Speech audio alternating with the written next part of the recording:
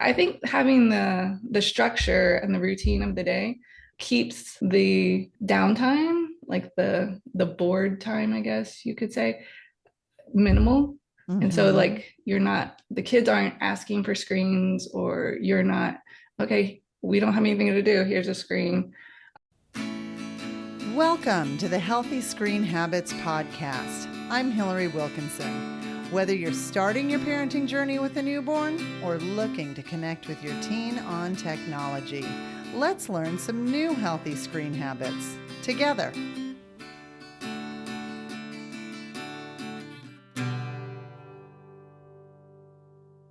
Navigating the many complexities of parenting has always been demanding. Generationally, parents have faced ongoing challenges trying to understand what is happening in the world that their kids are growing up in. And modern parents are no different. We get to do all of these things, plus confront our own special hurdle, the omnipresence of technology. And today's guest is here for it all. As a childhood educator, author, and parent, she has navigated the challenges of screen time management with her own kids and faced the very familiar scenario of dealing with tech tantrums and the 10 more minutes meltdowns. In short, she's one of us. She's in the trenches. Welcome to Healthy Screen Habits, Autumn McKay. Yeah, thank you for having me. Autumn, what was the sort of wake up call that made you recognize the need for a change in your home? So there were a couple of things. So when our oldest was about two, we used to let him like play on some apps on our phone because I mean it's what is advertised to you. Like this is going to help your kid get smarter and all these things. Um, so like on downtime and stuff, we would let him play like ABC games or whatever. And we noticed that there were big meltdowns whenever we said time was up. It was always Mm-hmm. no, like I want more time. And so we just we didn't want to fight that battle anymore. And so we got rid of screen time for kids for our young ones. And then for myself and my husband, like we noticed that our kids were kind of like fighting for our attention over our phone.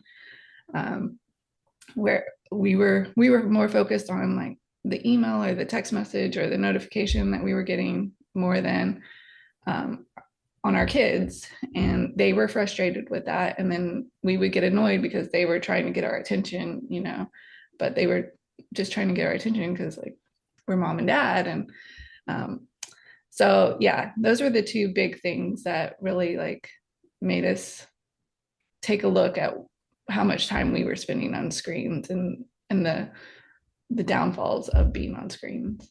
Yeah, yeah. Well, good for you for being so dialed in that you were able to recognize, I mean, it's when the glowing screen has your attention, it's hard to notice anything else around. And so that your kids Yes. were able to get your attention tells me that you were probably a little more focused on them than you are giving yourself credit for. Well, thanks. It's funny that whole that instance of the screen of parents being dialed into a screen and it being almost like a trigger for kids to like, oh, okay, now I'm going to do something really Mm-hmm. attention getting. This sounds very funny, but my sister even noticed the same activity in her French bulldog. Which she she talked about her French bulldog would walk over and just like scratch her leg when she noticed she wasn't paying enough attention to her. So, That's funny. demanding French bulldog, but anyways. It's the same way with kids. Right, right. Okay. So at Healthy Screen Habits, we don't teach or strive to be tech free. We strive to be tech intentional and find kind of this age appropriate balance between screen habits and real life experiences following the age guidelines recommended. We follow the American Academy of Pediatrics. And knowing that you, among other things, in your long repertoire of what you're of all the things you do, one of the things you do is you have several books that focus on the early years of childhood. And what do you recommend for early childhood use of screens? So I have also looked at the American Pediatrics recommendations, and before COVID, they recommended no screens before the age of 2. But I noticed when COVID hit, those recommendations changed. Um, so I recommend the longer that you can wait on screens, the better. The more that you can let your kids do with their hands, their eyes, their nose, like all the using all their senses, the better. I don't believe that they will be missing out if they don't have screens in front of them when they're at the preschool age or even in kindergarten. Yeah, yeah. I like that you particularly focus on doing stuff with their hands, because what we have found is that there's been a loss of finger strength and a loss of coordination, just with swiping habits. And Mm. we have these digits for a reason, and we are supposed to be using them. So I like that you emphasize the hand stuff. So, when we come back, we're going to talk about some strategies for being a better screen free role model for our kids and how to set some structure around fostering a balanced lifestyle for kids. At what age should I give my child a smartphone? How much screen time should I allow each day? What are the best filters to use on my family's devices? Sound familiar? These questions and more are answered at the Healthy Screen Habits website. We've curated the best articles, books, videos, and many other resources to help you figure out how you want to use technology in your life. Click on the awareness section to learn about the issues and dangers surrounding screen use. Then click on the tools page to download printables you can use with your family today, including the Healthy Screen Habits Family Technology Plan. Visit our website at www.healthyscreenhabits.org for the resources and tools you need to get started. I'm speaking with Autumn McKay, a mom of 3 and founder of the website Best Mom Ideas, with the goal of helping to empower, equip, and encourage moms to be their best mom. She's got tools, tips, and takeaways for all of us. And Autumn, one of the things that I think is so very tricky about teaching and modeling healthy screen habits is this sort of like ubiquitous nature of tech. It's everywhere. I mean, you pull up to a gas station and the pumps have little screens and you're getting like the, ads and the weather thrown at you. And I mean, I don't know about your town. In our town, it is very difficult to find screen-free family dining options at restaurants. Interesting. Yeah, I mean, it just seems like there is a television hung in every corner of a restaurant. So, how did you establish sort of these like screen time boundaries for your family? So we started in our home. We started with no tech at dinner, and we wanted to focus on the people around us. And then we also have someone to keep us accountable of minimizing our tech use. For me and my husband, it's each other. But if your partner isn't on board with limiting tech time, then find a friend that can hold you accountable. And then I had a lot of excuses for why I needed my phone, but like I need my phone to tell me the time, or I need my phone for an alarm clock, or I needed it for GPS or things like that. But in reality, it was just an excuse to keep my phone with me.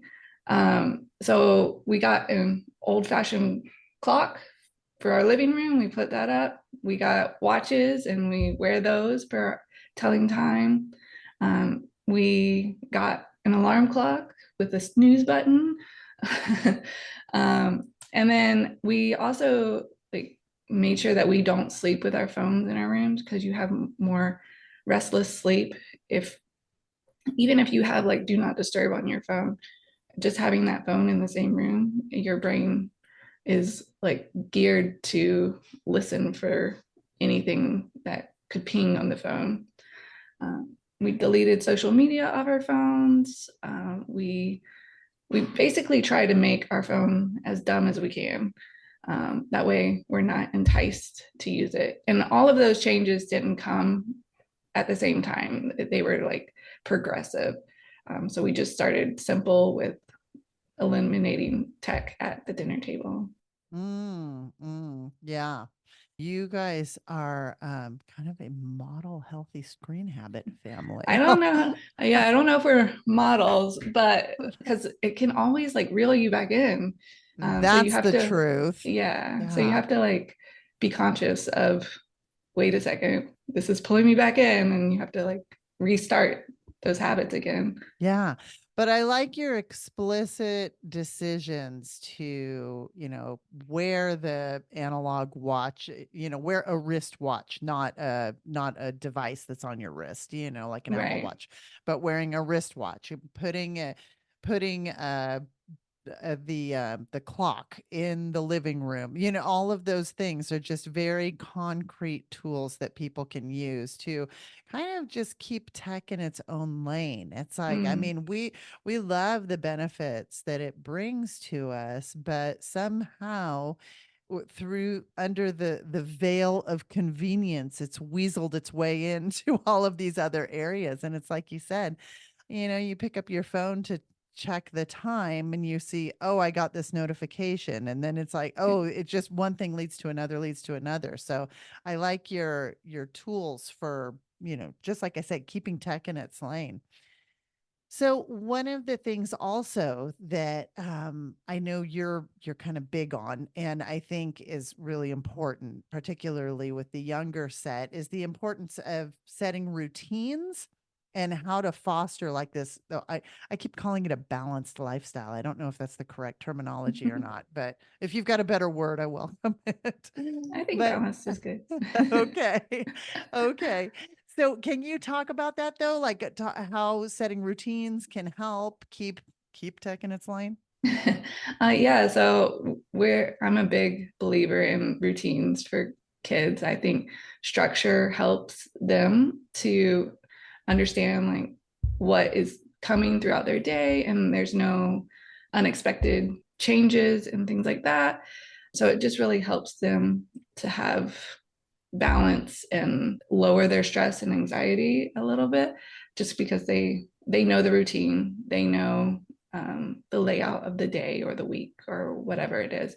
And I'm not like, all right, 9 o'clock breakfast time. It's just like a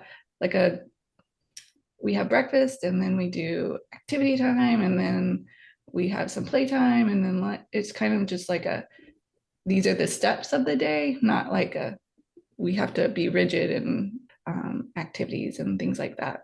Right. So it's more like a pattern of the Yeah, day than, exactly. yeah, no, I get that because every day's different too. Exactly. I think that's your educational self is showing.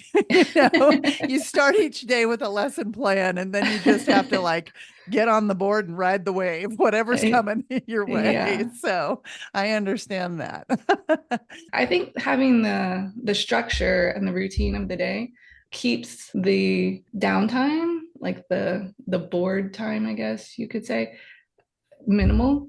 And so Hmm. like you're not, the kids aren't asking for screens, or you're not, okay, we don't have anything to do, here's a screen.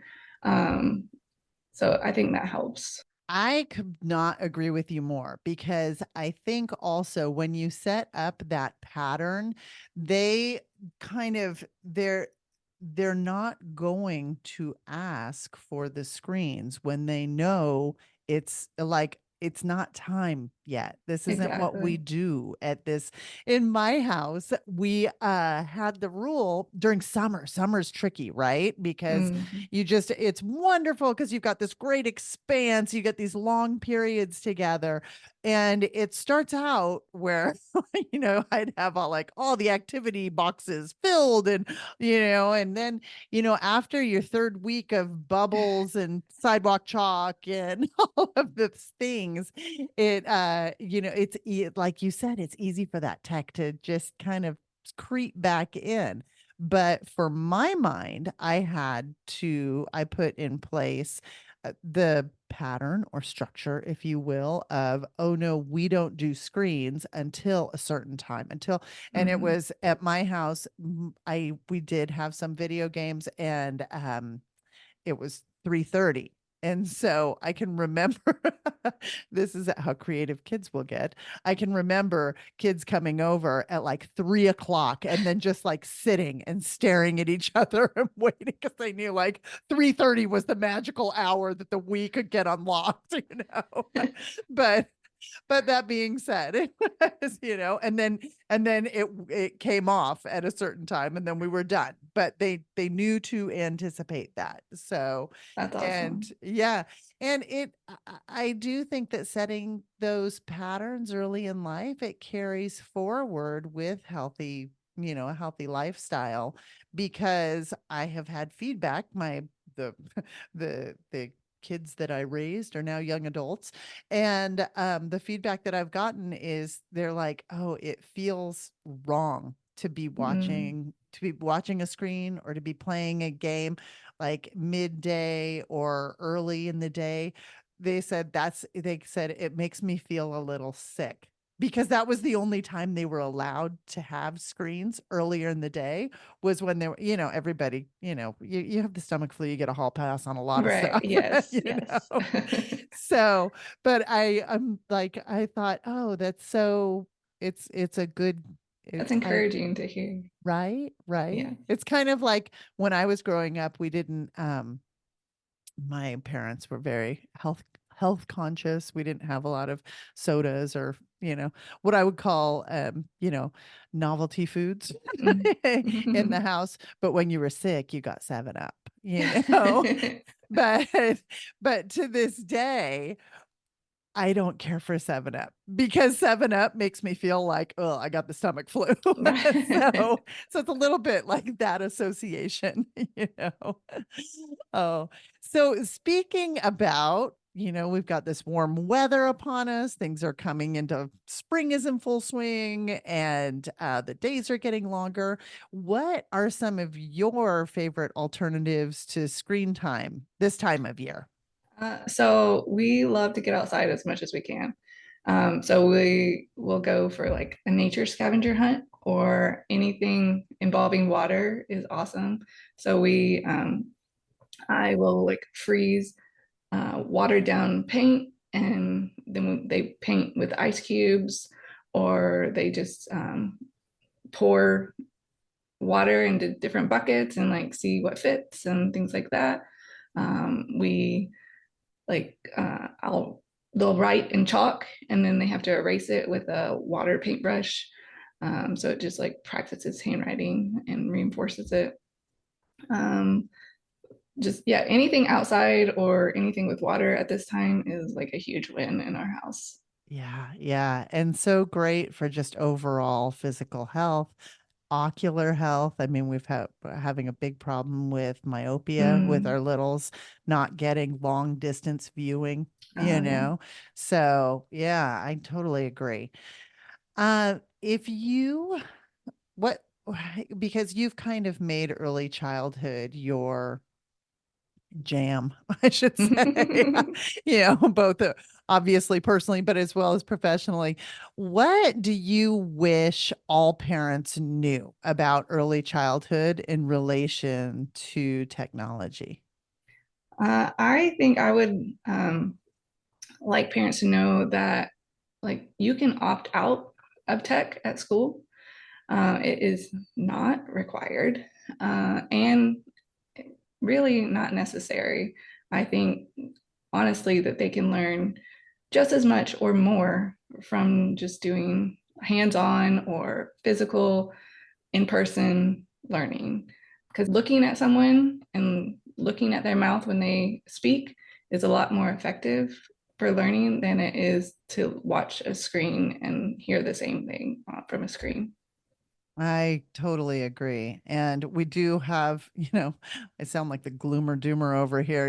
We got myopia, but I also, I mean, the rates of speech referral are increasing. And Mm-hmm. so it's important that we do provide that face-to-face interaction. And yeah. And then, I mean, it's one of those things also where I think there's so much modeling that goes on unconsciously, even when we're with kids, where if we say, oh, and what's this animal? And they say wabbit, and we say, right, rabbit, you Mm, model that immediately for them.